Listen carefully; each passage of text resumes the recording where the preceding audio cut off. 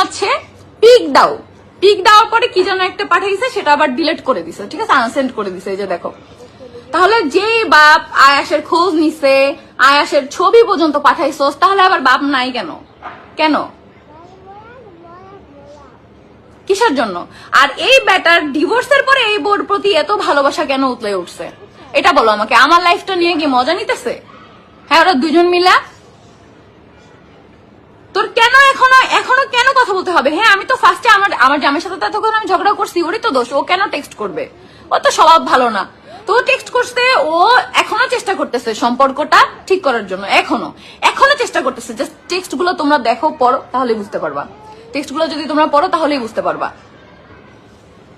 না, আহাদের কোনো লজ্জা নাই, আহাদের এক্স বউরও কোনো লজ্জা নাই, বুঝছো?